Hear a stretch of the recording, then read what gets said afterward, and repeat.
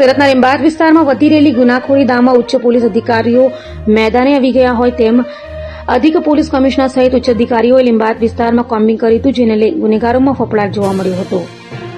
સુરતમાં હાલ ગુનેગારો બેફામ બનતા પોલીસ પણ કડક કાર્યવાહી માટે મેદાને આવી ગઈ છે. ત્યારે સુરત પોલીસ કમિશનરના આદેશને લઈ અધિક પોલીસ કમિશનર બલરામ મીણાની આગેવાનીમાં ઇન્ચાર્જ નાયબ પોલીસ કમિશનર, મદદનીશ પોલીસ કમિશનર અને લીંબાયત પીઆઈની ટીમ સહિતનાઓ દ્વારા લીંબાયત વિસ્તારમાં કોમ્બિંગ કરાયું હતું. સંવેદનશીલ વિસ્તારો સહિતની જગ્યાઓ પર કોમ્બિંગ, વાહન ચેકિંગ સહિતનું કરી આરોપીઓ પાસેથી ઘાતકી હથિયારો પણ કબજે કર્યા હતા. તો પોલીસ કોમ્બિંગથી અસામાજિક તત્વોમાં ડર જોવા મળ્યો હતો. માનની સીપી સાહેબની સૂચનાથી આવનારા દિવસોમાં સુરત શહેરના અલગ અલગ વિસ્તારોની અંદર કોમ્બિંગનું આયોજન કરવામાં આવનાર છે, જેના ભાગરૂપે આજે લીંબાયત પોલીસ સ્ટેશનથી એમની શરૂઆત કરવામાં આવી રહી છે.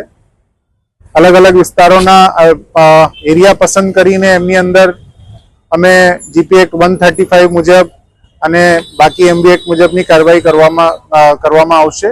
તેમાં અમારા અલગ અલગ વિસ્તારોના પોલીસ સ્ટેશનના કર્મચારીઓ, અધિકારીઓ જોડાયા છે અને એમનું જે પર્પઝ છે એમાં અસામાજિક તત્વોના વિરુદ્ધમાં જે કડકાઈથી કાર્યવાહી થાય એ પ્રમાણેની અમારી જોગવાઈ રહેશે.